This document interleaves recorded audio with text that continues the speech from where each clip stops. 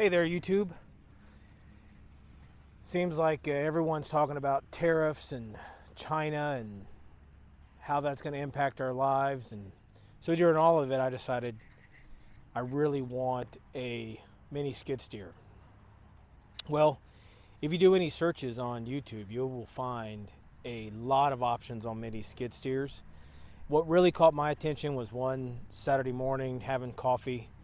I was flipping through some of my favorite YouTube channels, and one of them had just gotten a mini skid steer from a company that had been sent to them to test out. It was a Chinese mini skid steer.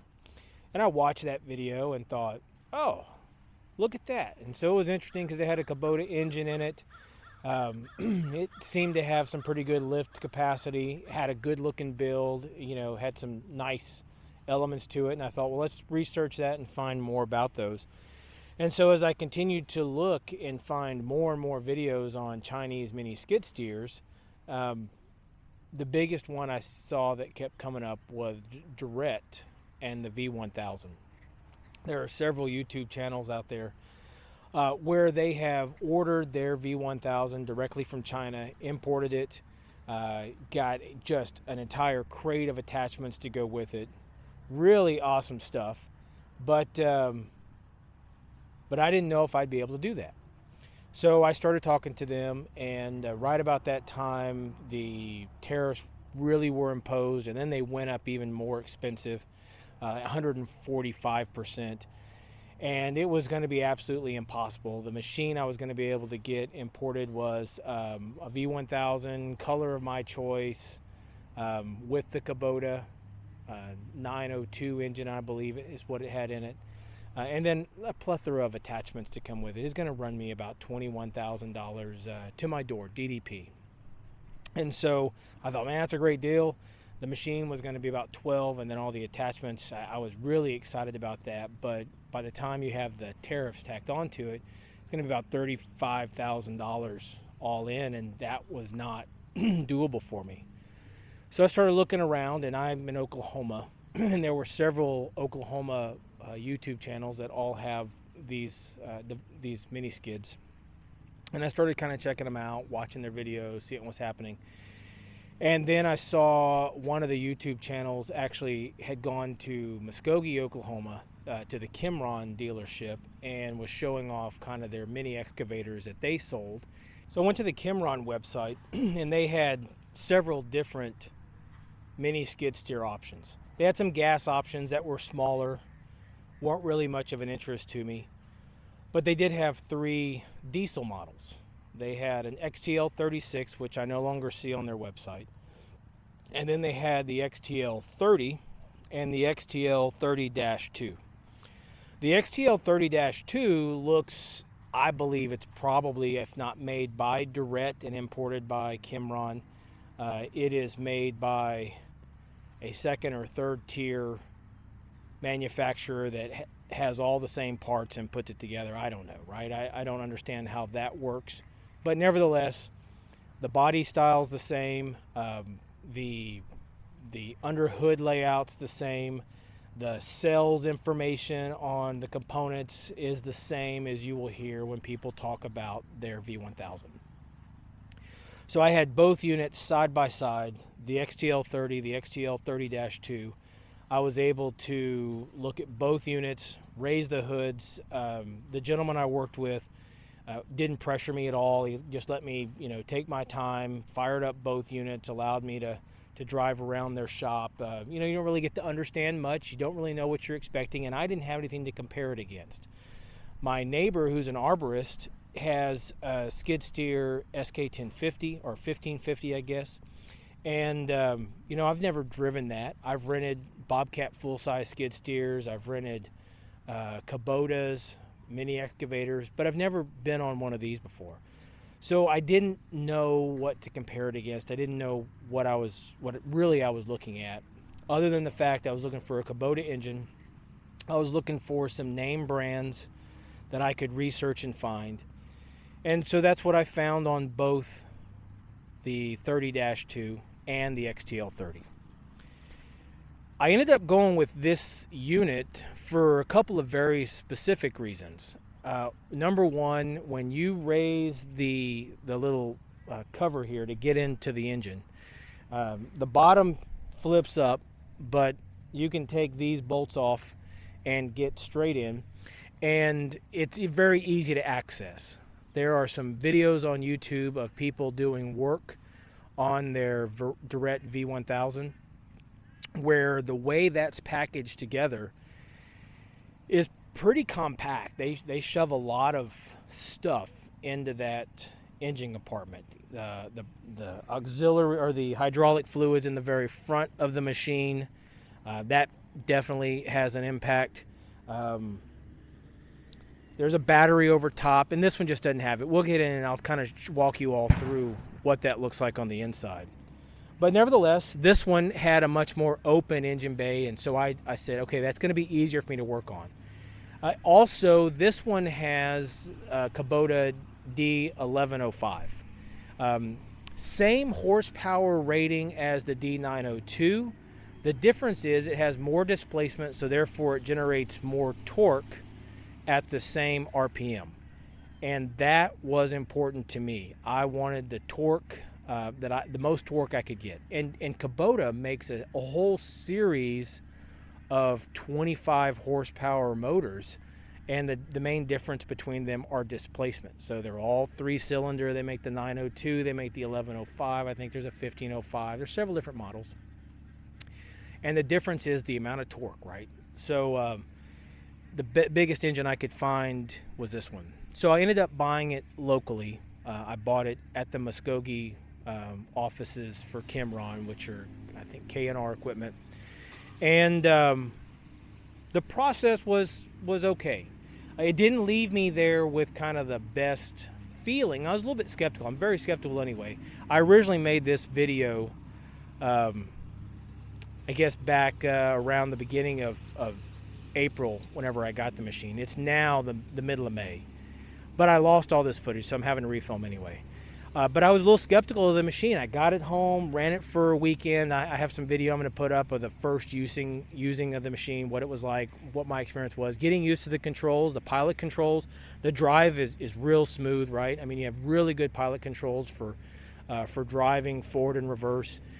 So that was nice. Understanding how the boom and the curl worked on the bucket. You have a joystick for that, but just getting used to it. It's actually a lot smoother than I was expecting it to be. I would say it is smoother than my tractor with a loader on it, which is nice, you know. It has some tension in it, so you have to get used to it. So nevertheless, that's with any piece of equipment, getting used to it. But now I've put some hours on it. So subsequent videos, you'll see me doing the first oil change. Kymron puts in their documentation that you sign, an initial, that you'll do your first oil change at 10 hours or before. 10 hours is what they say. I did mine at 8.5 or 8.6 hours, I think. And when I got the machine, it already had an hour on the clock, so really did it at 7.5 hours. The engine has a warranty. Kymron has a 1-year parts warranty, no labor is included in that. So, you know, if you're going to diagnose anything, you have to find someone to help you diagnose it if you can't do it yourself.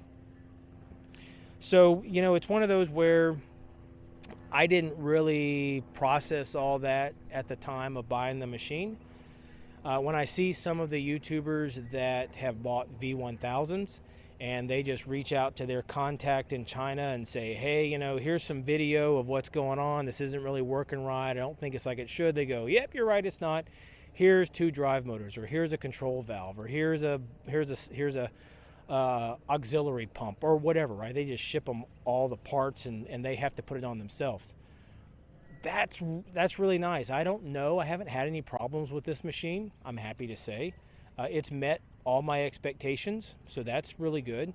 But I don't know, whenever I do end up having a problem, what that process is going to be like. I can tell you that for the price that I could have gotten a machine and 2 crates of attachments, all I got was a machine. Plus I had to pay tax on this. I would have had to pay duties and tariffs, but the DDP process covers that. So I'm shortchanged compared to what I could have ordered directly from China. I would have had to wait longer. That's obvious. But anyway, so you live and learn. So my whole point of this is I'm going to put this through some paces. I'm going to work with trees. I'm going to work with implements. I can rent them locally at a really reasonable price for a mini. So that's nice. So I'll be able to still use implements until I can gather funds to go buy. I'll have some videos where I build a log boom to help me pick up logs for some firewood I have to split. I'm going to build a land plane so that I can level out dirt and ground with that. So we'll have a video where we go through that. There'll be videos of me using the machine.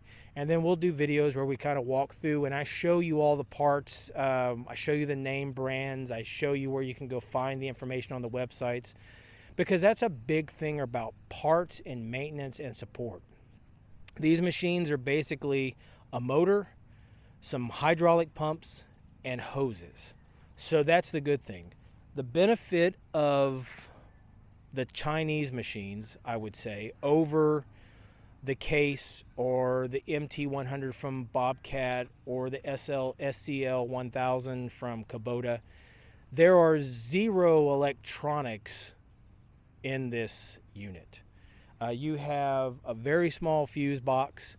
There's a couple of fuses that have to have for the starter and the starter relay, the lights, and that's almost all there is. I think there's 6 fuses in the entire fuse box. That's really nice because if you go to the other machines, they have these computer panels on it that control everything. And you go in and you can reset and program. Those probably add some great functionality, but that stuff is going to break. There's going to be issues with those electronics. You're working with a piece of equipment that's going to get dusty and dirty and wet and everything, and eventually you're going to have a problem. And then you have to go through a wiring loom and track it down and figure it out. You don't have any of that with this one. I don't know that you have that with the Direct V1000. Maybe you do. But this one here, there's none of that. This is like an old classic Cummins, right? You know, one wire to fire it up and it works. It's got 3 glow plugs that are the easiest ones to change I've ever seen. I have a Power Stroke 7.3 liter and you know, that's an invasive process to have to do glow plugs. 3 glow plugs on this you can access from the top of the machine real easy. The oil change, the filter is only difficult because there is a radiator hose around it, and we'll go through and I'll show you that. But aside from that, you know, getting the oil filter off wasn't difficult. The oil change wasn't difficult. The design of how you drain the oil made a mess. So that's one where you live and learn, and I'm learning how to do it better with this machine. But anyway, this is an XTL30 for anyone looking or wanting to know more about it. We'll do some videos of it. I have been able to now spend some time with this machine and go through as much of it as I can. I think there's some really simple design, easy to work on. You have a good size fuel tank. You have a good size hydraulic tank. You do have 2 counterweights on the back. I'm estimating they're probably about 100 pounds a piece, maybe 80, I don't know. I asked if I could buy extra counterweights. They said no. So I'm going to reach out to a local friend of mine who has an oxyacetylene cutting torch and see if I can go buy some steel from the scrapyard and cut out some additional weights to put on the side of it.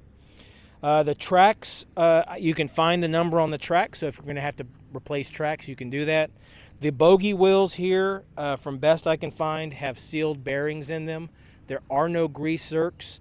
I was able to watch some videos. This is very reminiscent of the older Ditch Witch design with exposed bogie wheels. So that's good. There is a cylinder in that handles all your track tensioning with a grease. Both of the grease zerks on mine were loose, so after a couple of hours running, I noticed the tracks were really loose, and I went and looked. It was a mess. Short is, I was able to tighten it up. I haven't had any issues since then. The machine has just over 10 hours on it now. So 9 hours of my use. Again, it had 1 hour whenever I bought it. But nevertheless, So far, everything I've wanted to do with this is great. We'll go through some videos where I build. This is a gas can holder. I've got a chainsaw mount that I've built on the other side to put on it. There was a fire extinguisher here. It's great, but I don't know that there would be enough in there to stop the motor if you had a motor fire. I have a chainsaw mount scabbard that I built for the other side, so we'll go through those videos of how I built that. But this is nice. You can just throw your fuel can here, 2.5 gallon fuel can, pre-mix, put my oil in it, and I am good to go out and saw, which is nice. Also, if I'm doing work around the property, I built a little wooden box here, so if I had to do in fences or whatever, put all my tools in here, hang chains on this. So there's ways that you can make any machine your own. And so this is just me making this machine my own to meet my needs. But nevertheless, I look forward to bringing you more content on the Kymron XTL30, walking you through all the information I've been able to learn about the parts that make this machine whole, and then giving you an honest opinion of, did I make a mistake buying a machine locally and not importing one, or did I make a good decision? So there'll be more videos coming on that. I appreciate everyone tuning in. If you have any questions, leave them down in the comments and I'll do my best to get answers for you. If there's something you want to see in specific, let me know. I'd be happy to set up a time that I can film that and post that out so everyone can look at that as well. But nevertheless, let's look forward to some good videos on a Kymron XTL30. Thanks.